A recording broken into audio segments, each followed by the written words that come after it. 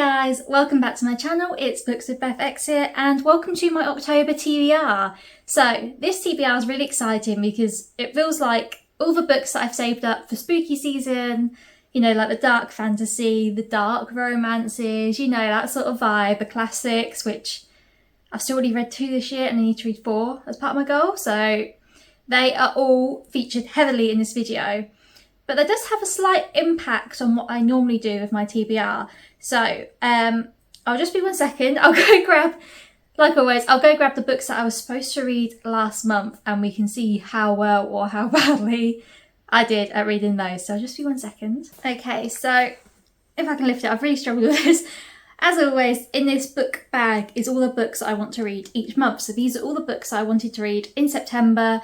Audiobooks are signified by my headphones and ebooks are signified by my Kindle. I had quite a big, a very big, no, there's one missing. There's one missing. I forgot one book. 1 second, bear with me. Sorry about that. Sorry about that. I've got the other book that was missing. This is so difficult to hold up because they're really not wanting to stay. But these were all the books that I did want to read last month. Shall I take out the books that I did manage to finish? You ready? 3, 2, 1, and there. I read one book on my physical TBR. But to be fair, right, I have read so far like 4 or 5 books last month and I'm on track to finish like another 2 before this month is up, so, before September is up I should say. But you'll hear more about that in my September wrap up, which will be out this weekend. Most of the ones I read were on my Kindle. There were ebooks, and I did also finish listening to one book on my headphones as well. There was just the other 2 that I didn't get to finish in time. So it looks awful.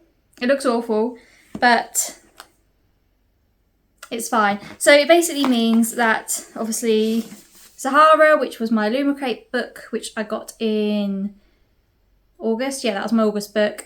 That'll be going into the Lumicrate jar, so I will pick it out at some point to read. To be honest, it's not really one that I really want to reach for, so I probably will only read it if I get it out the jar. But yeah, that's going back in there. But it means I didn't really continue any series last month.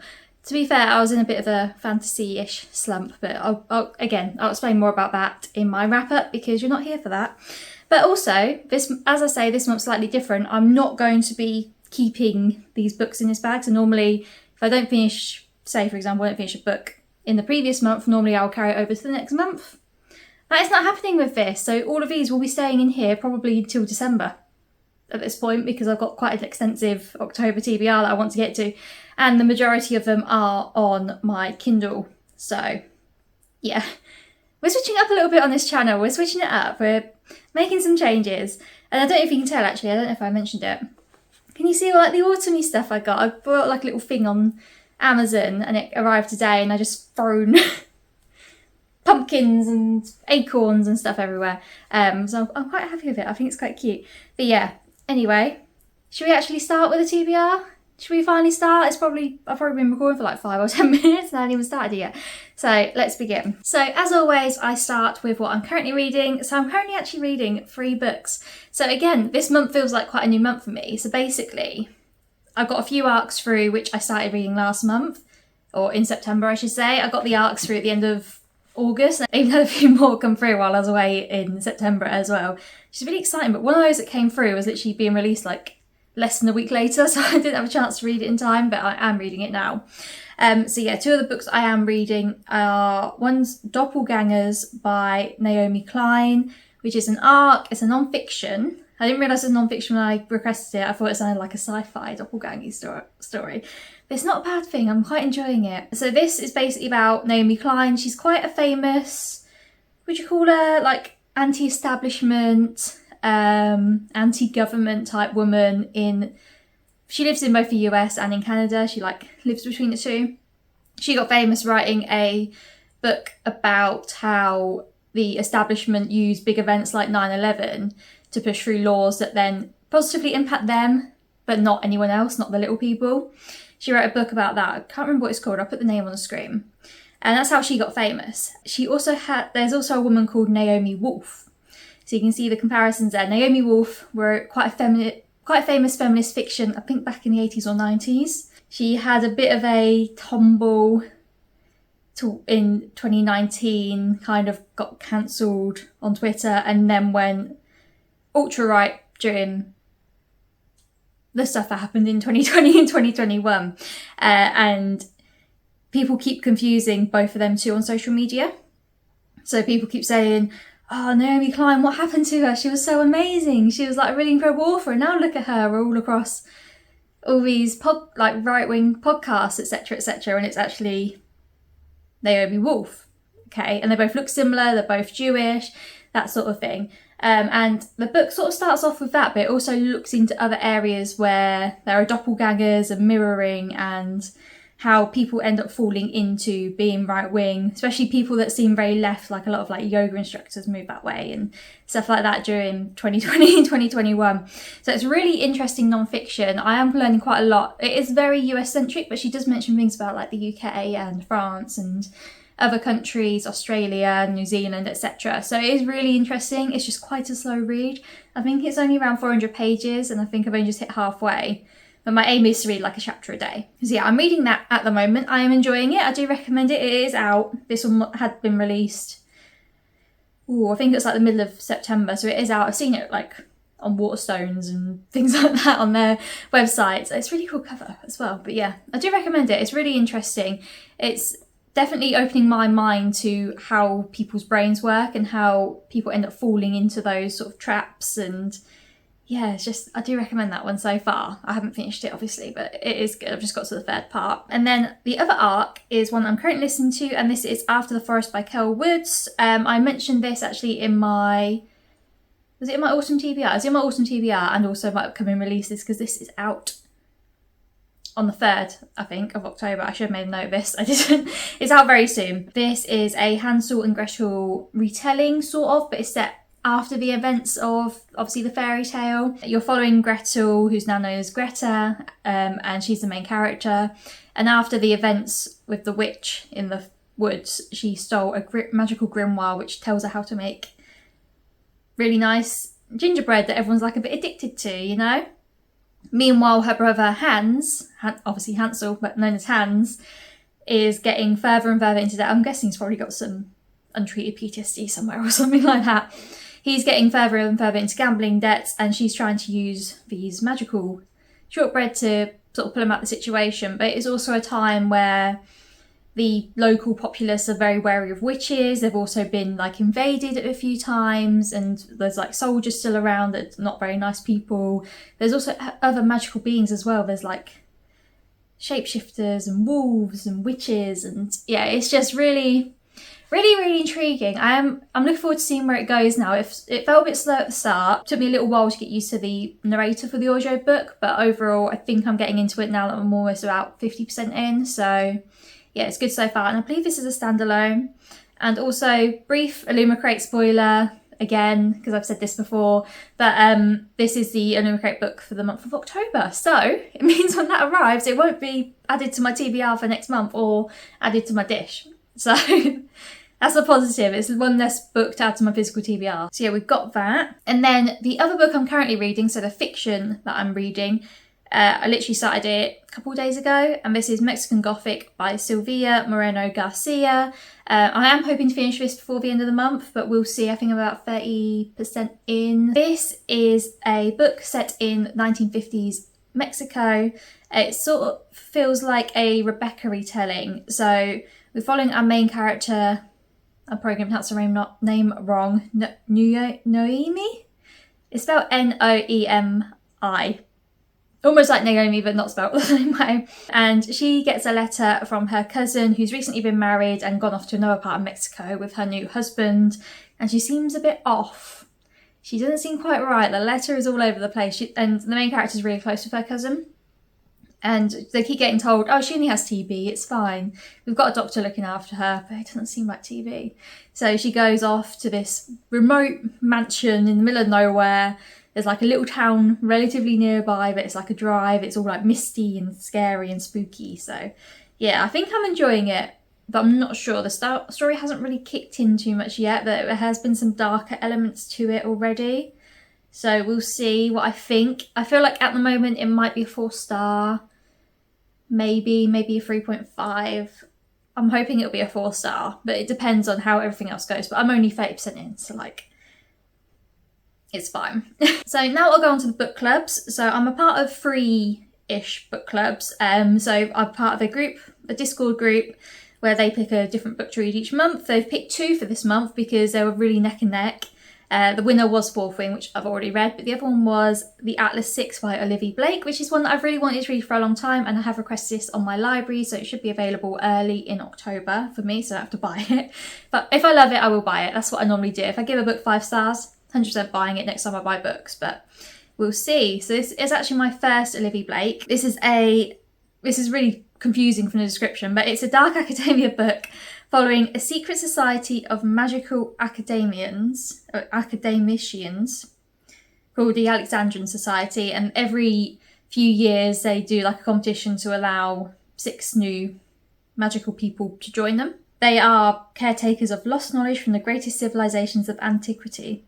And it's basically about our main character trying to join them. There's 6 different characters. I don't know if they follow all 6 characters, but there's 6 people trying to join this group. And I don't know if all of 6 get in, or I don't know. It sounds intriguing, but I do like dark academia. This feels like the perfect time of year to read it. It's very dark out. I forgot to say, sorry about the lighting. I am filming this at 9:30 at night, or well, actually it's almost 10 now. So obviously there's no natural daylight coming in, but to be fair, the weather's been awful anyway. There hasn't been a lot of sun. So yeah, just thought I'd throw that in. And then I'm part of 2 book clubs on Fable. One hasn't announced their book for October yet. That's Book Lovers Spill the Tea. Miriam, if you're watching this, because I know you're subscribed to me, if you could pick one of these books in this video, I'll be very happy. You don't have to, but if you haven't decided yet and you don't know what to pick, go for one of these, because I'll be happy. It means I'll have one less book down to my TBR. And then in my book club called The Muses, which is run by Brooke, she does a lot of, well, she's trying to read more romance books, and as part of the book club, she's picking out loads of romance books. So last month we read Faking with Benefits. This month she's picked Hooked by Emily McIntyre, which is one I was supposed to read last month. So I'm very happy. Thank you, Brooke, if you're watching this. Thank you for picking that one. This is book 1 in the Never After series, although they are all standalones. They're not part of a series. They're just within the same series. But this is a series of fairy tale retellings where the villains get the happily ever after. And if you couldn't guess, Hooked is based off of Peter Pan. So it's a reimagining of Peter Pan, although it doesn't really sound too much Peter Pan-y from the description. But you follow our main character, James, who has only ever wanted to destroy his enemy, Peter. You can see where the name comes in. James decides to seduce Peter's daughter, Wendy. And yeah, there's some things that happen there. Wendy is really infatuated by him, but there's other things that happen with James around like his gang being caught and people coming after him and stuff. So we'll see. We'll see what I think. I haven't read dark romance before, but I've heard really good things about this one. So I'm sure I'll enjoy it. Maybe it'll be maybe it'll be a break, but it's a dark romance, so maybe it won't be a break from all the other dark books, but it's fine. It's fine. It sounds interesting. I've only heard good things, so yeah, looking forward to that one. And as well as the 2 arcs that I'm currently reading, I've got another 2 books that I need to read because they're also coming out in October. Let Us Descend by Jasmine Ward is due out on the 3rd, so I need to get to that. I don't think I'm out too much if I'm a bit late, but maybe that'll be the first book I actually read in October. So this, I've already mentioned on here a few times, and I think, again, I mentioned it on my most anticipated upcoming releases video. And this is a slave story set in the Carolinas, I believe, in America. When our main character, Annis, is sold by her white slave owner come father, she is then travelling from her home to this new place, and while she's doing that, she sort of descends into her own mind and creates this sort of fantastical world of like earth and water and spirits and fairies, and it's a way of her escaping obviously this awful situation that she's in. And it sounds quite interesting. I quite like that concept of sort of going within your own mind, creating your own world. It sounds quite magical realism-y, so we'll see. I feel like this could potentially be an award winner, maybe, from the sounds of it, but it depends on how it reads. So yeah, looking forward to this one. And then the other one is Julia by Sandra Newman, which is due out on the 19th of October, which, if you didn't realise, is following Julia from George Orwell's 1984, not 1989. You need to watch my most anticipated books video, because this is on there, and I said 1989, the whole thing. Clearly, I've got 1989 on my mind, because obviously Taylor Swift's 1989 album comes out in October. I will be doing a video on that. Don't you worry. I'll try and make it come out as close to the release date as possible. But clearly I had it on my mind because I was saying, oh, it's my favourite book ever. 1984 is my favourite. And I'll say 1989 is my favourite book ever. Clearly it isn't. Clearly it isn't. So yes, this is Julia by Sandra Newman, basically a retelling of George Orwell's 1984 following Julia from the book. So obviously in 1984, the original story is following Winston as he goes around and stuff happens to him. Obviously his life living in that world. But it'll be quite interesting to see it from Julia's perspective, because obviously we only get the male perspective, you don't really get the female perspective, you don't really understand how those policies will impact a woman, because obviously it'll be slightly different to a man, especially around like the abstinence side of things and so on. The story basically helps us understand why she makes the decisions she does throughout the original story. So this sounds really intriguing. I feel like it was something that was sort of missing a little bit. So yeah, looking forward to that. And now I'll go on to the non-fiction. So once I finish Doppelganger by Naomi Klein, even in my mind I keep getting them two mixed up, which is really bad. When I finish that, I want to start another non-fiction and always have one on the go. That's my plan, because I like reading a chapter before I start work. It sort of kicks my brain into gear a little bit before I start work. So the next one I picked up is quite a short one. This is one I've owned for a few months now. And this is The Uninhabitable Earth, A Story of the Future by David Wallace Wells. So, if you didn't guess, oh, it's so sad, there's a little sad bee at the bottom. If you didn't guess, this is about climate change and how climate change will impact both humanity and the rest of the world alike. So, yeah. I don't know if there's much more I can say about this. There's not really a description on the back for me to read.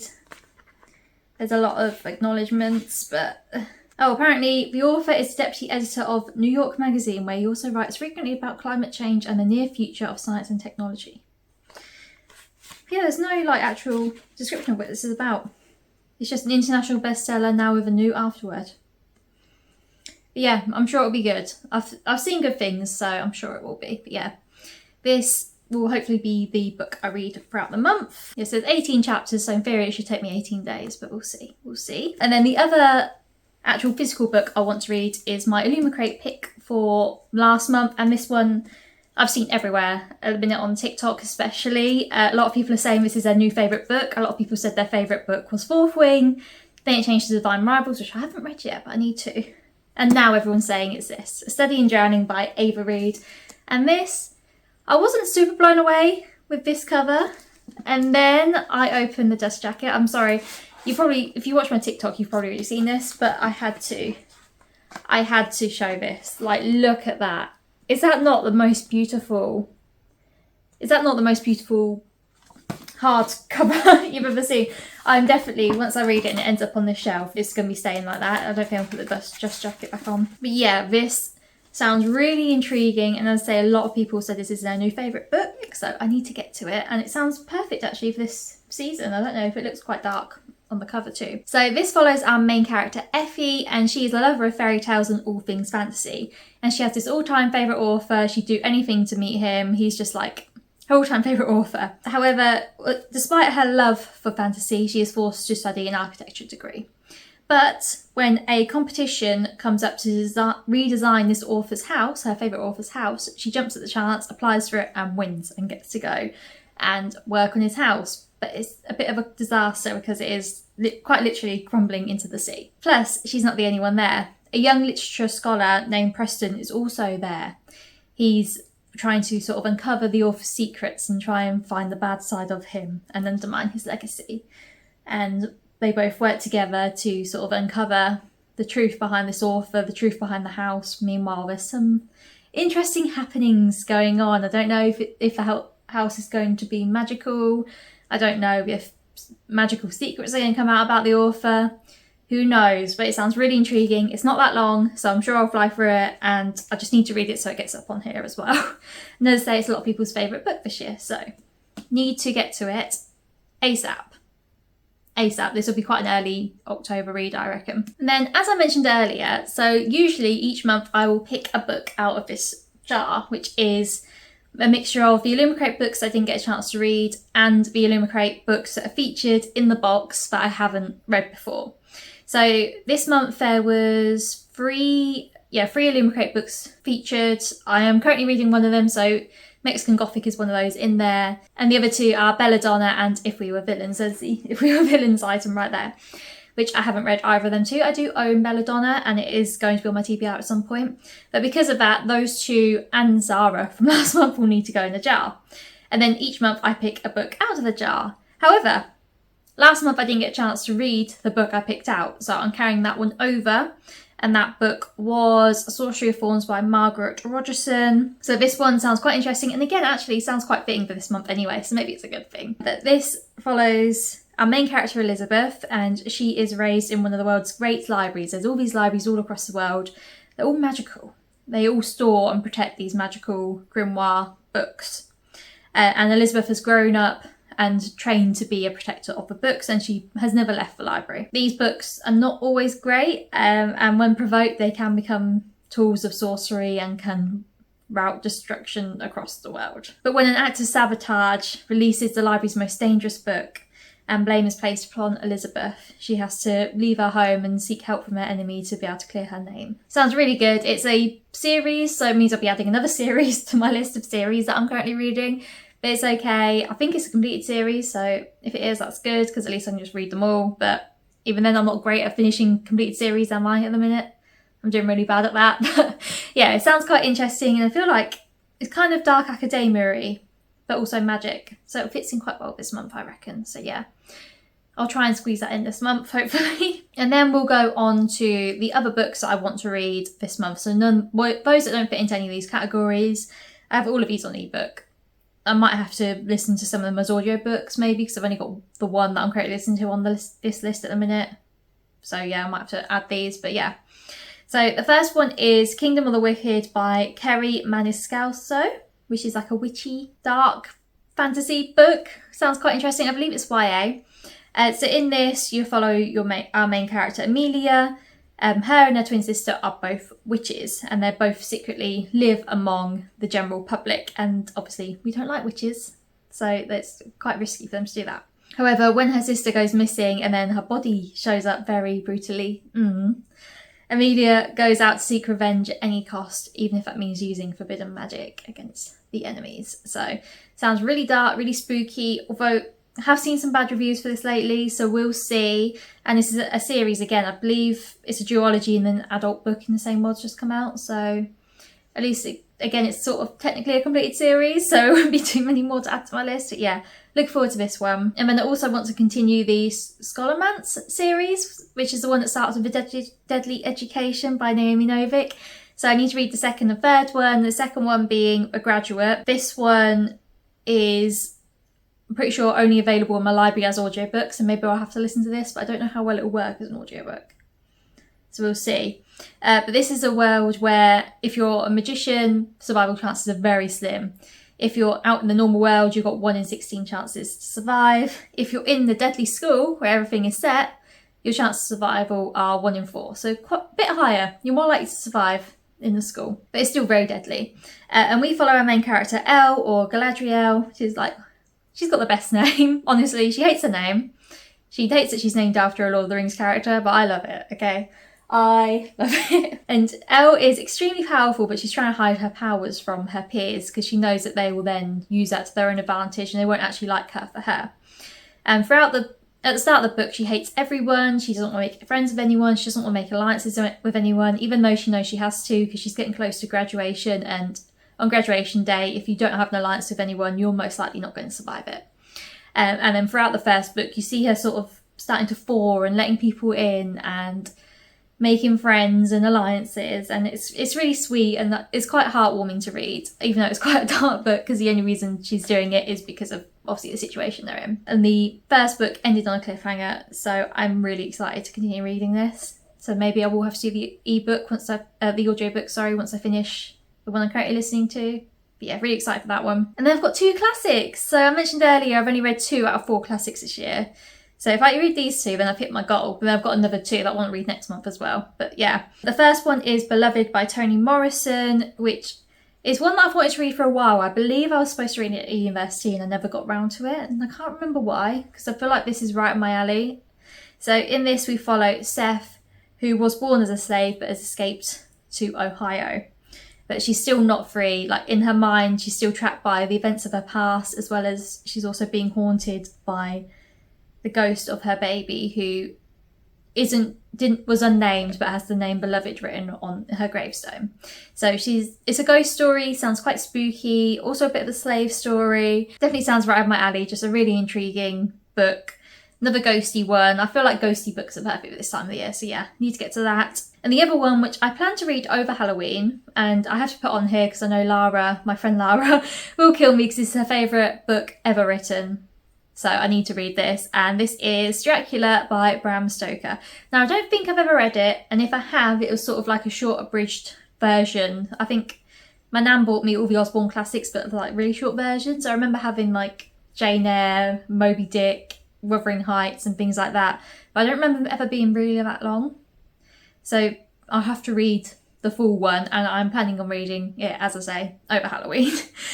So quite a messy story, but I'm pretty sure mostly everyone knows the events of this and what Count Dracula is, but if you don't, it begins with our main character, Jonathan Harker, so you follow from his POV.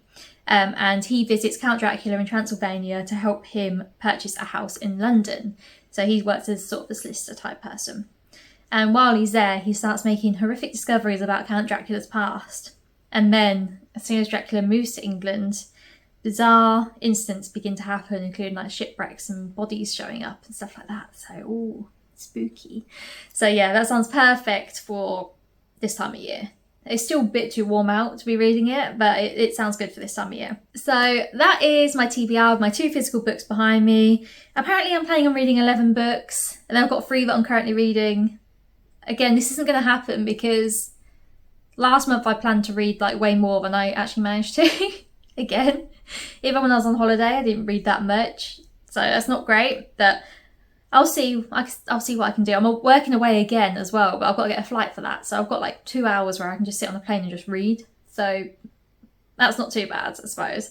So yeah, we'll see. We'll see how I do. I don't think I'll read all 11, but whatever I can read, I'll be happy with. And then, as always, I'll carry it over to next month anyway. So it's all good. So yes, thank you for watching. I hope you enjoyed. Let me know what books are on your October TBR because I'd love to know. And also give us a like and subscribe if you enjoyed, because I'd love to see you here. And I'm always chatting in the comments to people, so just drop me a message there, or alternatively message me on Instagram or on my book talk. They're all linked in the description, so you should be able to find me there. Connect with me on Goodreads, connect with me on Storygraph. I don't think I've got any friends on Storygraph, so connect with me on there.